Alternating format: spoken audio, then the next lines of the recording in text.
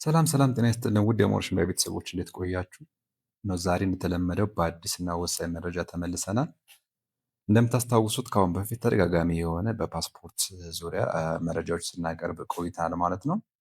በተለይ የኦንላይን ቀጠሮ ችግር ሲስተሙ ላይ የነበረ የኦንላይን ቀጠሮ ችግር ነበረ። ያ ማለት ነው የአርጀንት የአስቸኳይ እና የኖርማል የፓስፖርት ቀጠሮ ሲስተሙ እየሰራ አይደለም ብላችሁ ብዙዎቻችሁ ለእኛም ኮሜንት ሰጣችሁናል። እኛም በዛ የተነሳ ቪዲዮ እንደሰራን ይታወቃል። ያንን ቪዲዮ ያላያችሁ ካላችሁ ከስር ዲስክሪፕሽን ላይ ስላለ እሱን ተመልሳችሁ ማየት ትችላላችሁ። ነገር ግን ዛሬ የመጣ ነው ይህንን የሚሽር አንድ ወሳኝ መረጃ ይዘን ነው ማለት ነው። ይህም ምንድን ነው? እንግዲህ የተደጋጋሚ የሆነ የክራሽ ወይም ደግሞ የሲስተም ብልሽት ያጋጠመው እንደነበረ የኢሚግሬሽንና የዜግነት አገልግሎት ቢሮ መግለጫ ሰጥቶ ነበረ። ይህም በተመለከተ አሁን ላይ ግን የሰማነው መረጃ እጅግ በጣም ደስ የሚል ነው። ይህም ምንድን ነው? በቀጣይ በቪዲዮ የሰራንላችሁ መረጃ ስላለ የምታዩት ይሆናል ማለት ነው። ከዛ በፊት ግን ለቻናላችን አዲስ ከሆናችሁ ላይክ፣ ሰብስክራይብ እና ሼር በማድረግ የአበረታቱን ቤተሰብ ይሁኑ እንላለን። ቀጥታ ወደ መረጃው እንሄዳለን። ክቡራን ቻናላችን ቤተሰቦች እንግዲህ የፓስፖርት አፕሊኬሽን ወይም ደግሞ የኦንላይን ፓስፖርት ቀጠሮ በሚገርም ሁኔታ በአዲስ ሲስተም በአዲስ አመዘጋገብ በአዲስ ዌብሳይት ተመልሷል ለማለት እንወዳለን። ይህንንም መረጃ ስናበስራችሁ በታላቅ ደስታ ነው። ይህ ምን ይመስላል? እንዴት ነው የምንመዘገበው? ምን አይነት ገጽታ አለው ፕላትፎርሙ ዌብሳይቱ የሚለውን የምናይ ይሆናል ማለት ነው። እንግዲህ የኢሚግሬሽን እና የዜግነት አገልግሎት ቢሮ ተደጋጋሚ የሲስተም ችግሮች እንደገጠሙት የሚታወቅ ነው። ይህንን በተመለከተ ከዋና መስሪያ ቤቱ መግለጫ ሲሰጥ ቆይቷል። ይህ መረጃ ከተነገረ ከጊዜ ወይም ከወራት በኋላ ማለት ይቻላል ሲስተሙ እንደገና ተስተካክሎ በአዲስ መልክ ኦፊሻሊ ተለቋል ማለት ነው።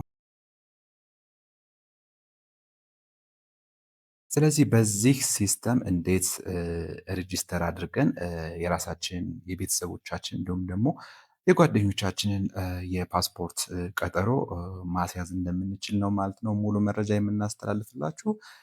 ከአሁን በፊትም ቀደም ብለን እንደነገርናችሁ የዩቲዩብ ቻናላችን ጠቃሚና ወቅታዊ የሆኑ ጉዳዮችን ስለምታቀርብ አዲስ ከሆናችሁ ላይክ፣ ሰብስክራይብ እና ሼር በማድረግ ቤተሰብ ይሁኑ፣ ያበረታቱ እንላለን።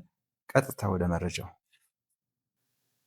ክቡራን ቻናላችን ቤተሰቦች ተመልሰን መጥተናል። እንግዲህ ወደ መጀመሪያ የኢሚግሬሽን እና የዜግነት አገልግሎት ዌብሳይት በምትገቡበት ሰዓት ይህን የሚመስል ኢንተርፌስ ነው ማለት ነው የሚሰጣችሁ። ይህም መግቢያ ሊንኩን ወይም ደግሞ ዌብሳይት አድሬሱን ከታች ከዲስክሪፕሽን ስር አለ። ቀጥታ እሱን በመጠቀም መግባት ወይም ሎጊን ወይም ሬጅስተር ማድረግ ትችላላችሁ ማለት ነው። ምናልባት ስልካችሁን የምትጠቀሙ ካላችሁ በእርግጠኝነት በስልክም ይሰራል። ስለዚህ ስትሮንግ የሆነ ኮኔክሽን ካላችሁ እና ጥሩ ዲቫይስ ካላችሁ ዴስክቶፕ ሞድ ላይ በማድረግ ሬጅስተር ወይም ሎጊን ማድረግ ትችላላችሁ። ስለዚህ ዛሬ እንግዲህ በአዲስ መልክ ሲስተሙ ስለተዘጋጀ ሎጊን ያስፈልገናል ማለት ነው። አሴም ታይም ደግሞ ሬጅስተር ልታደርጉ ይገባል። ክቡራን ቻናላችን ቤተሰቦች እንግዲህ ለመጀመሪያ ጊዜ ከሆነ ወደዚህ ፖርታል የምትገቡት ሬጅስተር ነው የምታደርጉት። ምክንያቱም ቀደም ብዬ እንደነገርኳችሁ ሲስተሙ አፕዴት ሆኗል። ከአሁን በፊት የነበረው አሰራር በተቻለ መጠን ችግሮች ተቀርፈው በአዲስ መንገድ ለማስቀጠል የተፈለገ ይመስላል ማለት ነው። እንግዲህ አሁን ባለው ብዙ ነገሮች እንደተስተካከሉ ነው የሚነገረው። ስለዚህ ቀጥታ ወደ ዌብሳይቱ እንደገባው ፊት ለፊት የማየው እንግዲህ ሎጊን እና ሬጅስተር የሚል ኦፕሽኖች ነው ያሉት ማለት ነው። ለመጀመሪያ ጊዜ ሬጅስተር ለምታደርጉ ሬጅስተር ነው የምትሉ ማለት ነው። ስለዚህ ከአሁን በፊት ሬጅስተር አድርጋችሁ ማታውቁ ካላችሁ ይህንን ስቴፕ በመከተል ሬጅስተር ማድረግ ትችላላችሁ ማለት ነው። ስለዚህ ቀጥታ ሬጅስትሬሽን እንደ ክሊክ እንዳደረግ ነው የሚከፍትላችሁ ፔጅ ይህን ይመስላል። ለእያንዳንዱ መረጃ በጥንቃቄ እዚህ ጋር ካስገባችሁ ወደ ቀጣዩ ፔጅ ይወስዳችኋል ማለት ነው። ክቡራን ቻናላችን ቤተሰቦች እንግዲህ በጣም ቀላል ነው። በደንብ ካየ ነው የመጀመሪያው የአይደንቲፊኬሽን ታይፕ ነው ማለት ነው። ምክንያቱም ኦንላይን ፕሮፋይላችን ክሬት ማድረግ መቻል አለብን። የፓስፖርት ቀጠሮ ለራሳችንም ለቤተሰቦቻችን እንዲሁም ለሌሎች ሰዎች ለመሙላት ይሄ ፕሮፋይል ከሌለን ከአሁን በፊትም በማንኛውም ሰው ገብተህ አፕላይ ማድረግ ይችል ነበር፣ ግን አሁን ላይ ግድ ሬጅስትሬሽን ያስፈልጋል ማለት ነው። ስለዚህ የመጀመሪያው አይደንቲፊኬሽን ታይፕ ነው የሚለው። አይደንቲፊኬሽን ታይፕ ላይ ብዙ ኦፕሽኖች አሉ። ላይክ የመጀመሪያው ኢትዮጵያን ፓስፖርት ካላችሁ ኢትዮጵያን ፓስፖርት ናምበራችሁን የምታስገቡበት ማለት ነው። ፎሬን ፓስፖርት ለውጭ ዜጎች ማለት ነው። ከዛ ገቨርንመንት አይዲ ወይም ደግሞ የዚህ የናሽናል አይዲ ጋር የተገናኙ መታወቂያዎችን የቀበሌ መታወቂያዎችን የምናስገባበት ማለት ነው። ሌሎችም እንደ ትራንስፖርት አይሚን የመንጃ ፍቃድ፣ ጊዜያዊ የመኖሪያ ፍቃድ አይነቶች ሁሉ እዚህ ጋር አፕሊኬሽን አላቸው ማለት ነው። ወይም ደግሞ መግባት ይችላሉ ማለት ነው። ስለዚህ ኢትዮጵያን ፓስፖርት ብዬ እስኪ ሬጅስተር ለማድረግ ልሞክር ወይም ፕሮፋይልን ክሬት ላድርገው። ስለዚህ አይደንቲፊኬሽን ናምበር አስገባ ነው የሚለኝ። ሶ እኔ ኦልሬዲ ፓስፖርት ስላለኝ ፓስፖርት ላይ ያለውን አይደንቲፊኬሽን ናምበር አስገባለሁኝ ማለት ነው። በጥንቃቄ ኢትዮጵያን ባይ ዲፎልት ራሱን እተወዋለሁ። ቀጥሎ የሚነግረኝ እንግዲህ ኢሹ ዴት የተሰጠበት መታወቂያ የተሰጠበት ቀን እንደማለት ነው። ስለዚህ ፓስፖርት የተሰጠበት ቀን መቼ ነው ይለኛል። ስለዚህ ፓስፖርት የተሰጠበትን ቀን በጥንቃቄ አመታት አለ፣ ወራት እና ደግሞ ዲኬድ የሚለው አለ። ስለዚህ ዲኬዱን በጥንቃቄ መርጣለሁ። ሀያዎች ውስጥ ስለሆነ 2023ን ክሊክ አደርጋለሁ ማለት ነው። ከዛ ምን ላይ ነው ይሄ የተሰጠው የሚለውን ደግሞ ጀስት ዴሴምበር ዝቅ ሳደርገው ዴሴምበርን ክሊክ አደረገን አክሴፕት ልና ኮንቲኒው አደርገዋለሁ። አሴም ታይም ደግሞ ምን ይጠይቀኛል? ኤክስፓይሬሽን ዴቱ መቼ ነው የዚህ መታወቂያ ወይም ደግሞ ፓስፖርቱ መቼ ነው ኤክስፓየር የሚያደርገው የሚለውንም ይጠይቀኛል። በጥንቃቄ ይህንም አስገባለሁ። ይህን አስገብቼ ጨርሻለሁ። ከዚህ በኋላ እንግዲህ አዌቲንግ ፎር አይደንቲፊኬሽን ወይም ደግሞ ይህንን አይደንቲፋይ ለማድረግ ኮንፈርሜሽን ወይም ቫሊዴሽን ይጠይቃል ማለት ነው።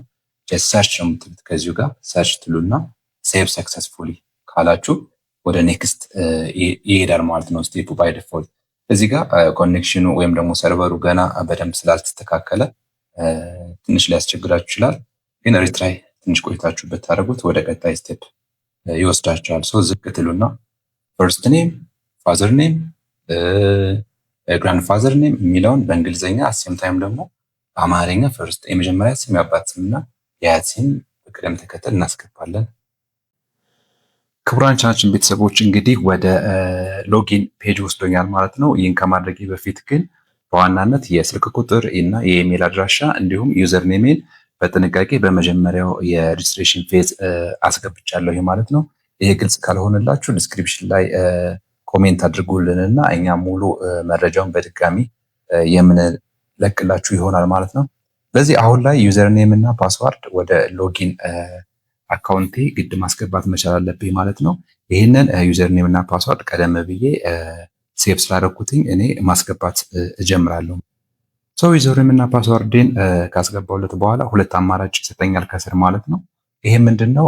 ኤስኤምኤስ ኦቲፒ ናምበር ለቫሊዴሽን ማለት ነው። ለቬሪፊኬሽን ኦቲፒ ናምበር ሊልክልኝ አማራጭ አስቀምጧል።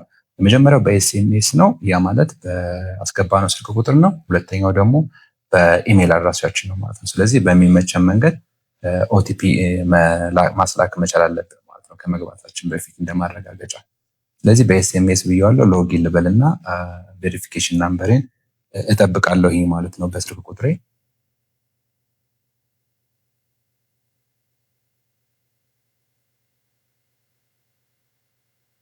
እንግዲህ ክቡራን ቻናላችን ቤተሰቦች ባለ 6 ዲጂት ናምበር ኦቲፒ ልኮልኛል ማለት ነው። እሱም በጥንቃቄ ማስገባት መቻል አለብኝ። ምናልባት እስከ 3 ደቂቃ ሊያስጠብቃችሁ ይችላል። እንደየ ሁኔታ ወይም ደግሞ እንደ ፍጥነቱ ነው የሚወሰነው ማለት ነው። ስለዚህ ይሄንን ካስገባው በኋላ አውቶማቲካሊ ወደ ዋናው ይህ ማለት ወደ አዲስ ፓስፖርት ለማሳደስ አፕሊኬሽናችን ለመከታተል የሚወስደንን ፔጅ ኦፊሻሊ ከፍተናል ማለት ነው። ዋው እንግዲህ እንደምታዩት ይሄን ይመስላል። በተቻለ መጠን ብዙ ኢምፕሩቭመንት እንደተደረገበት ነው የሚያሳየው። እንግዲህ በጣም ደስ የሚል ነው። የመጀመሪያው ኦርዲናሪ ፓስፖርት ያ ማለት ኖርማል ፓስፖርታችንን የ2 ቀን የ5 ቀን አርጀንት የሚባለው ማለት ነው። ከዛ በተጨማሪ ደግሞ የኖርማል ፓስፖርት እስከ 5-6 ወር የሚወስደውን ፓስፖርት አፖይንት ወይም ደግሞ ቀጠሮ የምንሞላበት ፔጅ እንደሆነ ነው ይሄ የሚያሳየን። ሌሎችም እንደዚሁ ሪኢሹ ፓስፖርት ስህተቶች በሚኖሩበት ሰዓት ሪኢሹ የምናደርግበት፣ ስኬጁላችንን እንደገና የምናስተካክልበት፣ አፕሊኬሽናችንን የምንከታተልበት፣ ዶክመንቶቻችንን የምናይበት ፔጅ አለ። በጣም ደስ ይላል። አይዲያችንን እንደዚሁ ሪኢሹ የምናደርግበት የምናስተካክልበት ፔጅ ነው። ለምሳሌ ያህል እስኪ ኦርዲናሪ ፓስፖርት በዋናነት ብዙዎቻችን እንቸገርበት የነበረው ፓስፖርት ኦንላይን ቀጠሮ ለማስያዝ የምንቸገርበት ፔጅ ነው። ምን ያህል ተስተካክሏል የሚለውን ገብተን እስኪ ስታርት ንግባ። ዋው ደስ ይላል በእውነት እንግዲህ እዚህ ጋር እንደምታዩት አም አፕላይንግ ፎር ይላል። እንግዲህ ለልጆች ከሆነ ለራሳችን ልጆች፣ ለቤተሰቦቻችን፣ ለሌሎች ከሆነ አዜ ቻይልድ ሎጊን ማድረግ መቻል አለብን ማለት ነው። ወይም ለሌሎች ከሆነ ራሳችንን ጨምሮ ማለት ነው ሰሟን ኤልስ ብለን እንገባለን ማለት ነው። እንግዲህ እንደሚመችን ቋንቋ በአማሪክ በእንግሊሽ ማድረግ እንችላለን።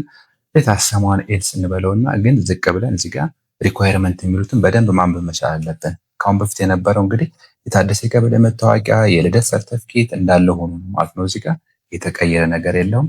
ምናልባት ግን የልደት ሰርተፍኬት ላይ አውተንቲኬሽን ያስፈልጋል። እሱን የፊትና የጀርባ አፕዴት ወይም ደግሞ ቻፓ የተመታበት ግድ አፕሎድ ማድረግ መቻል አለብን ማለት ነው። ይህን ይመስላል እንግዲህ ዝቅ ብለን አሁን በዋናነት የ2 ቀን ቀጠሮ፣ የ5 ቀን ቀጠሮ እና ኖርማል ቀጠሮ የሚባሉት እነዚህ ናቸው። እንግዲህ የ2 እና የ5 ቀን ቀጠሮ በዋናነት የ20 እና የ25 ሺህ ብር ፔመንት ሲኖራቸው፣ ኖርማል ቀጠሮ የምንለው ደግሞ እንደምታውቁት የ5 ሺህ ብር ቀጠሮ ነው ያለው ማለት ነው። ስለዚህ ኖርማል ሰርቪስ ልበለውና ለምሳሌ አክሴፕት ብዬ ኔክስት ላለው ማለት ነው።